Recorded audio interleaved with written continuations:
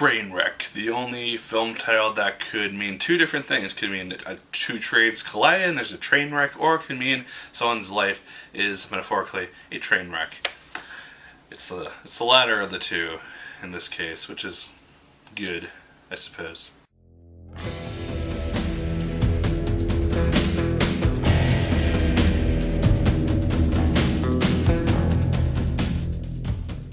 Hello once again, watchers of good movies. My name is Nick Pell, and this is once again coming from my house basement again.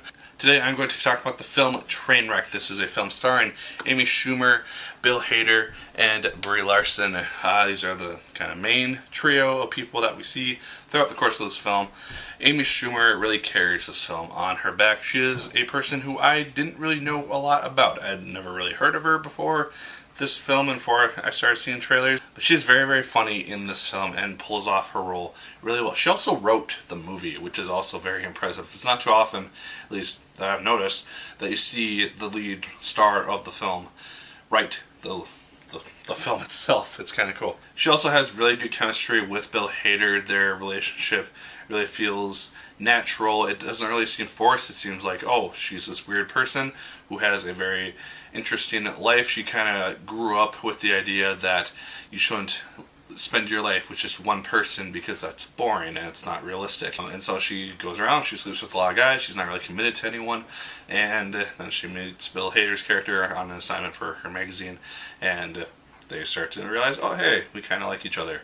So their chemistry works really well. Her and Brie Larson also have a nice mixture. They're sisters, and Brie Larson has her life pretty much together. She's married, has a kid, has another kid on the way, and Amy Schumer, she's just this 30-something-year-old woman who hasn't really done a lot with her life. It's not really what she ultimately wants, and it's kind of, the movie is a lot of her kind of going on this journey of self-discovery in regards to that, and trying to figure out what exactly she wants her life to be.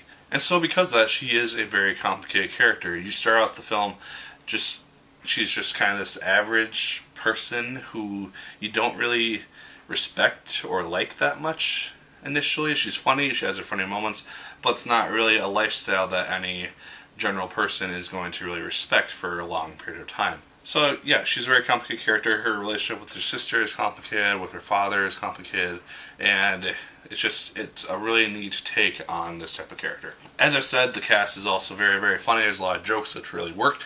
I noticed that there were jokes which happen in the trailer which seemed to be cut out of this film, which was a little interesting when I was watching just certain scenes take place. It's like, oh, I know this from the trailer, I'm waiting for this joke, and then it just goes to a new scene. It's like, where did that go? There's also a lot of really cool cameos in this film. LeBron James is kind of the main one. He shows up every so often. There's a bunch of other people, which I won't name, who show up periodically. And so it's just kind of a cool little thing to see. Kind of reminded me of Ted 2 a little bit, just how many cameos that film had. Seems like a lot of comedies are kind of moving in that direction in regards to just having random cameos of actors who might have a quick quip or like a small role in the film and then kind of go off on their way.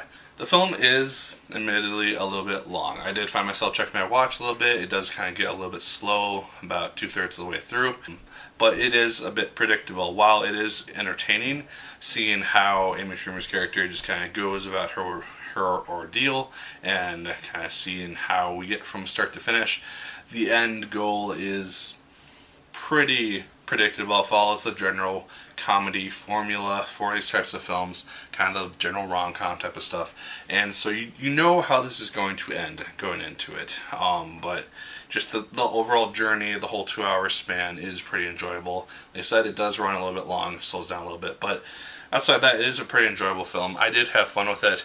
It wasn't as enjoyable as I think I was expecting it to be. Like, it has a lot of comedy. I laughed a lot at certain parts, but it might not have been my specific brand of humor, so it might not have really gotten to me as much as some other comedies might. But overall, I did enjoy Trainwreck. I definitely say go and check it out if you are not watching Ant-Man this weekend. But those are my thoughts on Trainwreck. Let me know yours in the comments down below. Did you like it as much as I did?